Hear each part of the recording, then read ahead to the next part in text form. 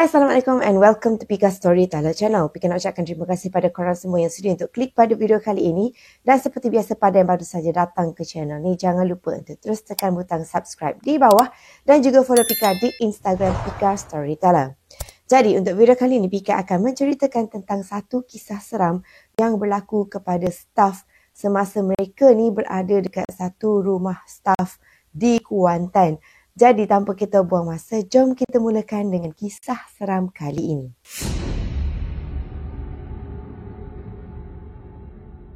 Dalam kisah kali ini sebenarnya ada beberapa watak, tetapi Pika akan explain dulu tentang dua watak utama. Watak utama adalah Nur, bukan nama sebenar, dan yang kedua adalah Miss Era, iaitu manager kepada si Nur ni dan juga bukan nama sebenar. Sebenarnya kejadian ini berlaku pada bulan puasa tahun ni dan mengikut kata si Nur ni, dia merupakan seorang student, tetapi disebabkan oleh dia belajar secara online, so dia decide untuk bekerja disebabkan oleh benda tu boleh juga untuk jana pendapatan kan. Jadi masa ni Nur ni dia diterima untuk bekerja dalam satu company. Untuk pengetahuan korang, company ni merupakan satu company yang agak besar lah sebab dia ada banyak branch. Dan dekat sini Nur minta untuk Pika rahsiakanlah nama company tersebut.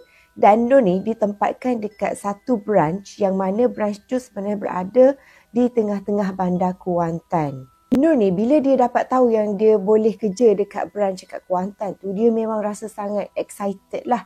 Lagi pula dekat Kuantan punya branch tu, mereka diberikan ataupun disediakan satu rumah staff yang mana Nur ni dia akan dapat satu bilik tanpa berkongsi dengan orang lain. Rumah tu pula jenis rumah yang besar sebab dia rumah 2 tingkat dan Nur ni dia dapat bilik dekat tingkat atas. Sebenarnya dekat rumah ni ada 3 orang penghuni tau. Yang mana Nur ni dia duduk dekat tingkat atas dekat satu bilik dan bilik di sebelah pula adalah bilik manager dia iaitu Miss Era. Dan mereka berdua ni, Nur dengan Miss Era ni, mereka kongsi bilik air. Ada lagi seorang staff pula duduk dekat bawah, nama dia Alia. Cuma Alia ni dia tak duduk dekat rumah tu tau. Cuma barang-barang dia je yang diletakkan dekat tingkat bawah ni. Untuk pengetahuan korang juga, sebenarnya Nur ni ada bagi tahu aura dekat kawasan rumah tu sebenarnya agak suram dan juga seram. Tetapi disebabkan oleh Nur ni dia agak excited, so dia abaikan je lah. Lagipun dekat dalam rumah tu ada semua barang-barang tu semua macam komplit tau. Dengan dalam bilik dia dengan queen bednya, lepas tu ada aircon, lepas tu ada water heater apa semua kan. Jadi rumah tu memang agak komplit dan agak selesa untuk dia tinggal dekat situ lah. So dia ni siap pergi dekat DIY lah kan untuk bersihkan bilik dia, mop lantai apa semua. Memang dia suka sangat nak dapat bilik baru ni.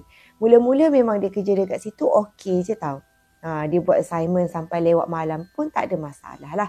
Sampailah pada satu hari ni, korang ingat tak tadi Pika ada bagi tahu yang rumah tu sebenarnya ada 3 penghuni dan lagi seorang penghuni dekat bawah tu Alia kan. Sampailah satu hari ni, Alia ni dia tanya si Nur ni, Nur macam mana duduk dekat rumah tu, okey ke? Cuma cara dia tanya tu buatkan Nur ni macam muskil tau. Jadi disebabkan oleh rasa ingin tahu ni, Nur pun pergilah tanya dekat Alia ni kenapa kan, kenapa tanya soalan macam tu. Alia pun sekadar senyum, lepas tu Alia kata tak ada apa-apalah. Macam tu. Jadi Nur ni disebabkan oleh perasaan ingin tahu tu tengah duk membuat-buat kan macam tu. Jadi dia pun terus tanyalah Alia ni sebenarnya apa yang berlaku ataupun apa benda yang mungkin disembunyikan lah oleh Alia ni. Jadi Alia ni pun buka cerita. Dia cakap sebenarnya Alia ni masa duduk dekat rumah tu dulu, dia dengan Miss Era ni sering diganggu oleh satu lembaga hitam. Dan kebetulan pula sebenarnya owner rumah tu merupakan bangsa Cina.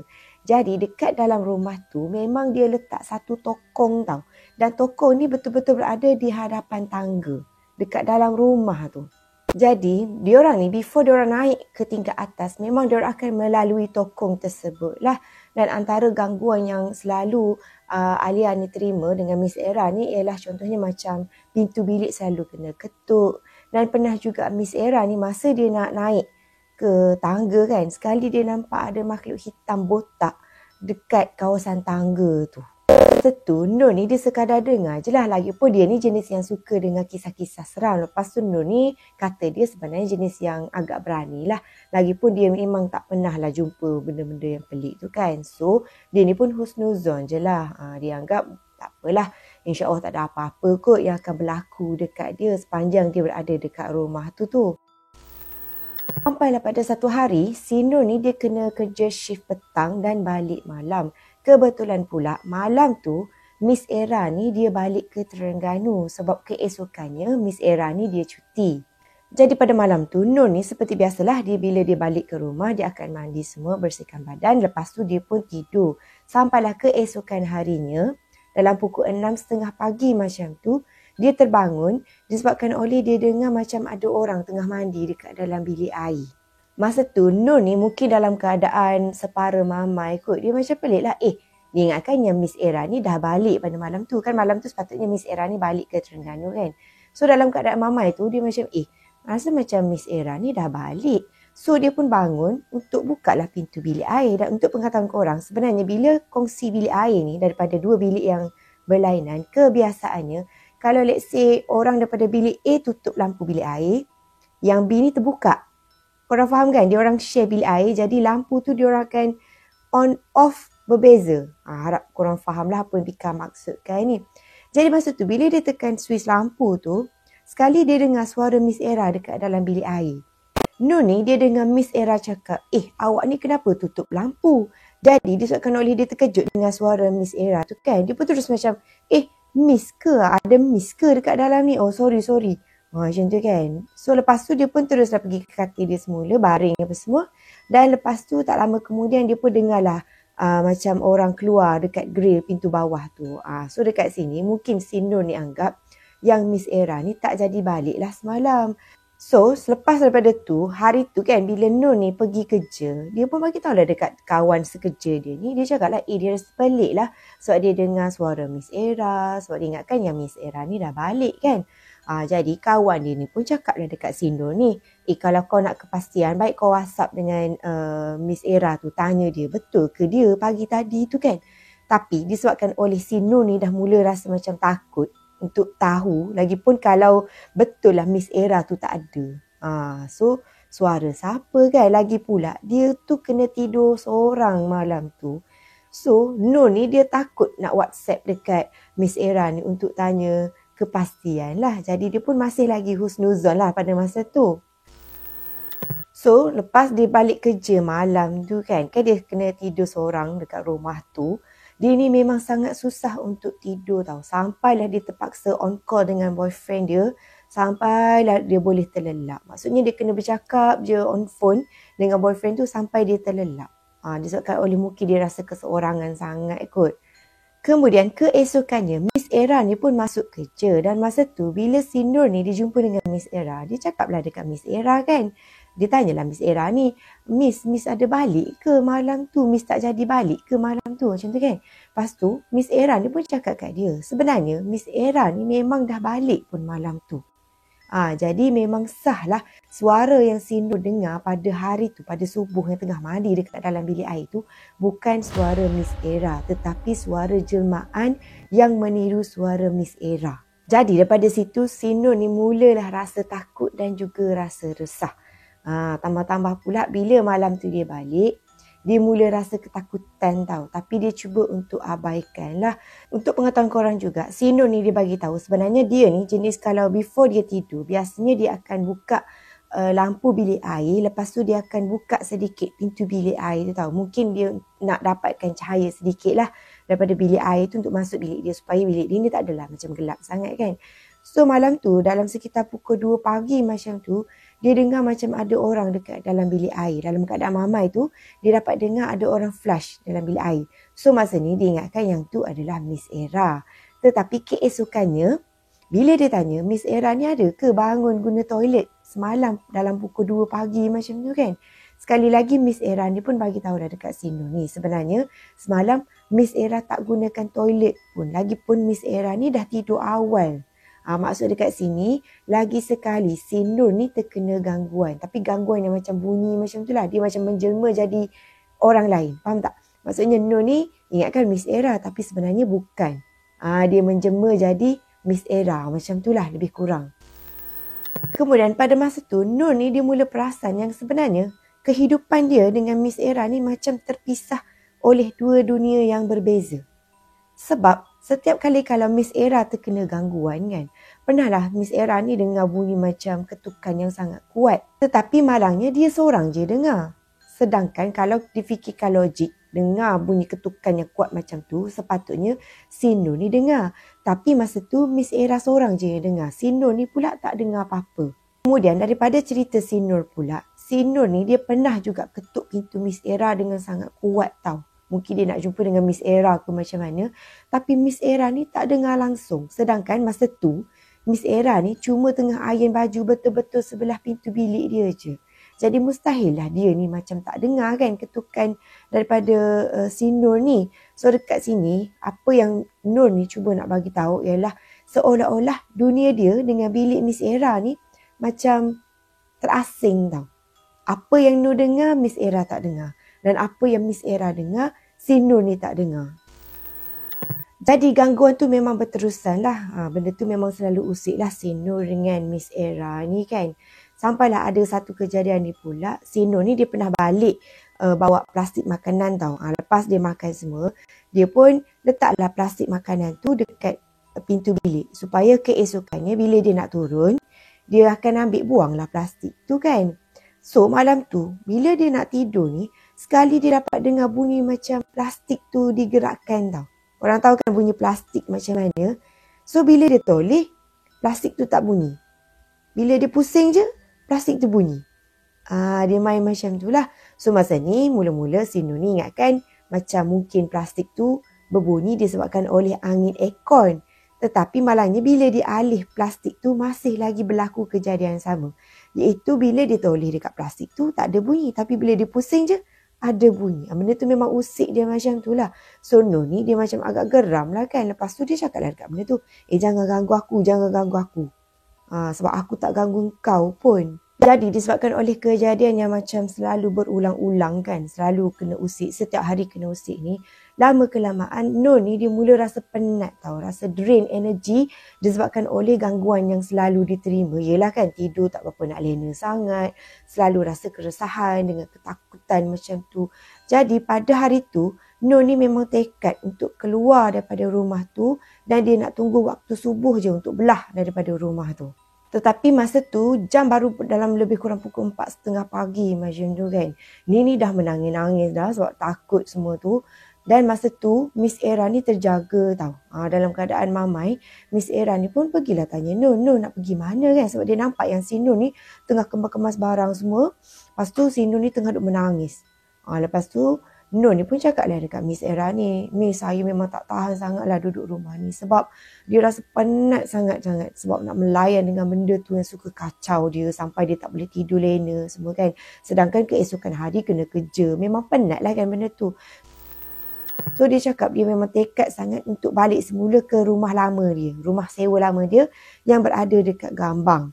Tapi pada masa tu, Miss Era ni cakap dekat si Nur. Dia macam merayu lah. Dia cakap janganlah keluar sekarang sebab nanti Kang Miss Era ni kesian pula dia kena duduk sorang-sorang dekat rumah tu. Lagilah dia takut kan. So Miss Era ni pun cakap tak apalah temankan je lah dia untuk hari tu. Jadi disebabkan oleh rasa kesian lah macam tu kan. Jadi si Nur ni pun setujulah untuk temankan Miss Era sampailah ke waktu pagi kan. Jadi pada hari tu diorang ni pun tidurlah bersama. Miss Era ni dengan si Nur ni tidur dalam satu bilik yang sama. Disambung balik pada kisah tadi. Lepas Miss Era ni pergi kerja pagi tu kan, si Nur ni pun bawa turunlah barang-barang dia semua. Dan dia ni decide untuk pergi ke rumah kakak dia dekat Terengganu. Sebab kata dia kalau pergi rumah kakak dia ni mungkin dia macam nak pulihkan semangat sikit lah. Macam tu kan. So masa dia tengah bawa turun barang ni kan, masa tu dia dapat rasakan yang dia ni sebenarnya diperhatikan tau. Dan pada masa sama juga dia macam menangis disebabkan mungkin ketakutan sangat lah kot. Dan Alhamdulillah lah bila dia pergi rumah kakak dia dekat Terengganu, dia rasa yang semangat dia ni macam lebih kuat sikit. Mungkin sebabkan oleh dia jauh kan daripada aura seram dengan suram dekat area rumah staff tu. So macam Pika bagi tahu tadi, bila dia duduk dekat rumah kakak dia kejap dekat Terengganu tu kan, dia rasa macam semangat dia pulih sikit lah. Jadi bila dia masuk kerja balik dekat Kuantan, dia bagi tahu lah dekat Miss Era ni. Dia rasa macam dia ni lah jadi lebih berani. Semangat dia lebih berani lah katanya. Jadi dia kata tak apalah, dia cuba untuk duduk lagi dekat rumah staff dekat Kuantan tu. Kemudian pada malam tu dia pun memberanikan diri untuk balik lah kan ke rumah staff dekat Kuantan tu. Masa tu bila sampai kat rumah tu, kebetulan pula dia tengah duk on call lah dengan boyfriend dia ni, bercakap, bersembang apa semua. Dan lepas dah habis bercakap dengan boyfriend dia ni, dia pun nak mandi. Masa dia buka baju tu okey lagi tau. Tapi bila dia buka seluar, dia sangat terkejut tau. Sebab bila dia tengok dekat peha dia, dekat kaki dia ni, penuh dengan kesan gigitan.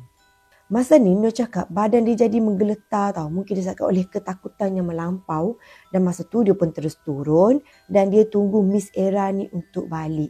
Jadi bila Miss Era ni balik ke rumah, Nur ni pun cepat-cepat panggil Miss Era ni. Lepas tu dia tunjuklah dekat Miss Era kan kesan-kesan gigitan tu semua. Lepas tu dia pun terus cakap dekat Miss Era, sorry lah, memang dia rasa macam dia dah tak boleh nak stay lah dekat rumah tu. Memang macam-macam mana pun dia rasa macam memang betul lah dia tekad nak pindah ke rumah dekat Gambang tu. Rumah sewa dia yang dulu kan. Sebab dia kata rumah yang dekat Kuantan tu memang sangat-sangat creepy. Jadi masa tu, Miss Era ni dia dah rasa seram kan dengan apa yang dia nampak, dengan apa yang diceritakan oleh Nur ni pun. Jadi dia decide untuk pergi juga bersama dengan Nur ke rumah Nur dekat Gambang tu. Lepas tu, bila sampai je dekat Gambang tu kan, Nur ni pun dia tunjuklah dekat kawan-kawan dia, housemate dia yang dulu tu, dia tunjuklah kesan-kesan gigitan apa semua tu kan. Lepas tu, diorang semua ni terkejut lah sebab kesan gigitan tu macam pelik. Sebab dia macam merah-merah macam tu. Nak kata macam allergic tak. Lagi pula, kesan gigitan tu semakin hari semakin sakit tau. Nur kata dia punya sakit tu sampai ke bengkak habis. Dan lepas tu Nur ni memang sakit sangat sampai menangis tau. Jadi pada malam tu ada lagi seorang manager iaitu first manager, nama dia Miss Aina. Lepas Miss Aina ni tahu tentang kejadian yang menimpa staff-staff bawahan dia kan, yang mana mereka ni kena gangguan yang sangat teruk. Macam Nur ni pun kena kesan gigitan apa semua tu. Jadi dia ni pun decide untuk panggil ustaz tau. Pergi buat bacaan doa selamat ke apa semua dekat rumah tu. Lagi pula sebelum ni memang rumah tu tak pernah ada ustaz yang pergi buat doa selamat ke apa. So datanglah ustaz tu kan untuk buat bacaan doa selamat apa semua. Dan bila ustaz tu masuk dekat dalam rumah tu, ustaz tu pelik lah sebab dia tanyalah kan, kenapa tokong tu masih lagi berada dekat dalam rumah. Jadi masa tu ustaz ni dengan lagi seorang kawan Miss Aina, iaitu lelaki, diorang berdua ni cubalah untuk alihkan tokong tu untuk bawa pergi keluar lah kan daripada rumah tu. Masa ni mula-mula si Nur ni dia ajaklah isteri ustaz tu untuk naik ke atas tau. Tapi disebabkan oleh dia takut yang sebenarnya dekat atas tu kan lagi banyak gangguan semua kan. Jadi masa tu dia takutlah yang benda tu akan mengganggu baby ni sebab masa tu isteri ustaz ni dia bawa baby dia sekali. Jadi mereka pun decide untuk turun balik. Masa turun tu diorang ni terserempaklah dengan ustaz, dengan yang lelaki yang tolong diorang untuk angkat tokong tu. Kemudian masing-masing pun macam proceed lah dengan kerja masing-masing apa semua. Lepas tu si Nur ni kan tadi mula nak naik atas tapi tak jadi kan, turun balik. Lepas tu Nur ni dia pun bawa lah isteri ustaz ni masuk dekat dalam bilik dekat bawah tu tau. Lepas tu dia pun tunjuklah kesan gigitan dekat peha dia semua ni dekat isteri ustaz tu. Jadi selepas isteri ustaz ni tengok kesan gigitan tu semua, memang dia kata memang rasanya macam ni adalah kesan gangguan makhluk tu lah kot. Jadi isteri ustaz ni bagi cadangan dekat si Nur untuk pergi berupat. Tak lama lepas tu, si Nur dengan isteri ustaz ni pun keluarlah daripada bilik bawah tu kan. Dan masa ni ustaz ni dia terkejut, dia kata masa mana korang turun kan, sebab sedangkan tadi diorang kan dekat atas. Rupa-rupanya ustaz ni dengan kawan dia tu tak nampak pun yang si Nur dengan wife dia ni sendiri turun tau. Sedangkan masa tu kan dia rasa macam bertentang mata kan dengan ustaz tu, tapi sebenarnya ustaz tu tak nampak pun diorang turun. Tapi masa tu diorang proceed lah dengan kerja diorang, iaitu ustaz tu ada buat baca ayat yasin apa semua dan kemudian dia nak pergi renjis lah kan air baca ayat yasin semua ni. Sampailah bila naik ke tingkat atas, masa ustaz ni nak pergi merenjis dekat dalam bilik sebab Nur kata dalam bilik dia tu ada makhluk tu kan. Masa dia nak pergi masuk dekat dalam toilet semua tu, sekali ustaz ni tak dapat nak buka pintu bilik air tau. Sebab kata dia berkunci. Okey, tak lama selepas tu bila dah settle apa semua, akhirnya diorang pun turun semulalah ke bawah. Dan masa ni ustaz ni pun pesanlah dekat Nur. Dia kata dia akan datang balik ke rumah ni dalam masa seminggu lagi kan. Cumanya ustaz ni pesan supaya staff ni semua jangan duduk dekat rumah tu tau. Sebab dia kata yang sebenarnya dekat rumah tu dia boleh rasakan aura tu sangat kuat. Maksudnya makhluk tu sangat kuat. Lagi pula dia takut yang sebenarnya makhluk tu mungkin disebabkan oleh dia macam ada aura kuat macam tu kan. Dia risau yang mungkin makhluk tu mampu untuk sembunyikan staff ni. Jadi dekat sini ustaz ni risaulah kok nanti kan tiba-tiba ada yang hilang tak dijumpai. Takut dibawa masuk ke alam sebelah ke macam tu kan. Jadi si Nur ni fahamlah apa yang ustaz tu bagi tahu kan. So selepas ustaz ni balik apa semua kan, si Nur ni dia pergilah tanya dekat kawan Miss Aina yang lagi seorang yang tolong alihkan tokong semua tu. Tadi ingat tak? Okay, dia tanyalah apa benda yang ustaz tu bisik dekat kawan Miss Aina tu. Lepas tu laki tu cakap sebenarnya ustaz tu pelik sebab tadi memang serius dia tak nampak pun yang si Nur dengan isteri dia ni turun. Maksudnya dia tak nampak dia orang tu. Jadi dekat sini, that's why lah kot ustaz ni takut yang akan ada kes kehilangan ke macam mana. Sebab masa tu berkemungkinan yang makhluk tu macam tutup pandangan mata dia orang. So selepas daripada kejadian tu, si Nur ni dia rasakan yang dia nak berhenti kerja lah sebab dia nak fokus kepada belajar. Lepas tu disebabkan oleh dia ni decide untuk berhenti kerja semua kan. Jadi masa tu kan dia kena ulang alik daripada Gambang. Sebab dia kan dah tak duduk lagi dekat rumah staff dekat Kuantan tu. So barang masih ada banyak lagi dekat rumah staff dekat Kuantan tu. Dan macam ustaz ni pesan, sekiranya kalau diorang nak pergi ke rumah tu, diorang kena pergi bertiga. Jadi pada hari tu disebabkan oleh dia nak ambil barang-barang dia yang masih lagi bersisa dekat rumah dekat Kuantan tu. Jadi Nur ni dia pun pergilah dengan Nur, Miss Era dengan lagi seorang kawan diorang, kawan setempat kerja tu lah, iaitu Syasha. Okey, diorang bertiga ni pergilah ke rumah dekat Kuantan tu, rumah staff Kuantan tu. Lepas tu dia pun ambil barang-barang dia semua kan. Dan masa duk tengah ambil barang tu, sekali pernah lah si Nur ni dia nampak Miss Era dengan Syasha ni macam berlari keluar dengan muka cuak tau. So dia tanyalah kenapa kan.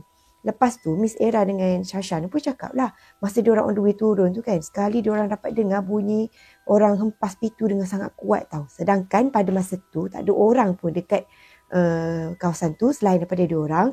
Dengan lagi satu pula bunyi hempasan pintu tu kuat sangat. Sedangkan masa tu tak ada angin, tak ada apa pun.